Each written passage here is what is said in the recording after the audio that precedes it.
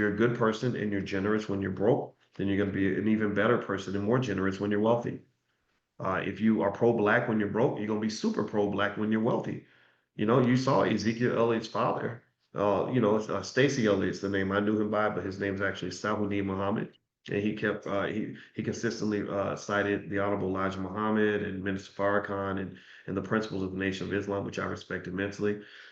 And he's very bold. He's not scared, you know, and part of his boldness is that he owns things.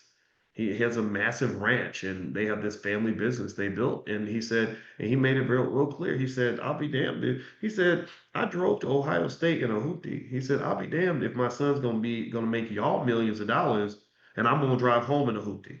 He said, I'm not driving home in a hoopty. And I said, you should not drive home in a hoopty. Nobody in the family should be in a hoopty. And the idea that people think that that their son, that they can manufacture this child that goes out and makes $100 million for Ohio State, and the parent's supposed to drive home in a raggedy car. That's sick. That's crazy to me.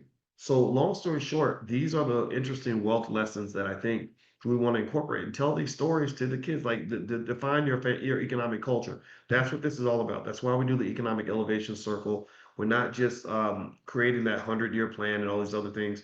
We are actually creating culture at the same time because the culture is your problem. The culture's been destroyed. The culture's been hijacked.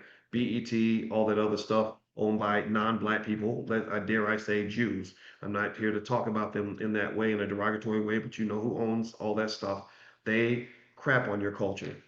And then when you're sitting in the crap or you're sitting there broke, busted, disgusted, your children getting shot up in the street, kids growing up and becoming nothing, no sense of purpose, alcoholics, drug addicts everywhere, all this other nonsense, baby mamas all over the place.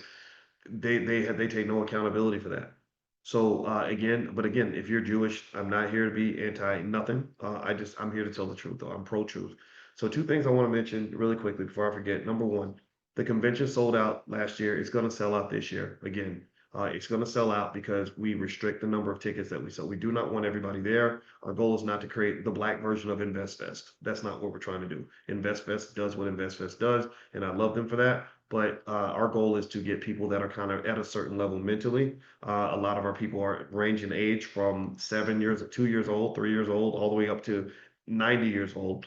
And also, we're very family oriented, and we want people that are ready to connect and build in a specific way that is 100% pro-black.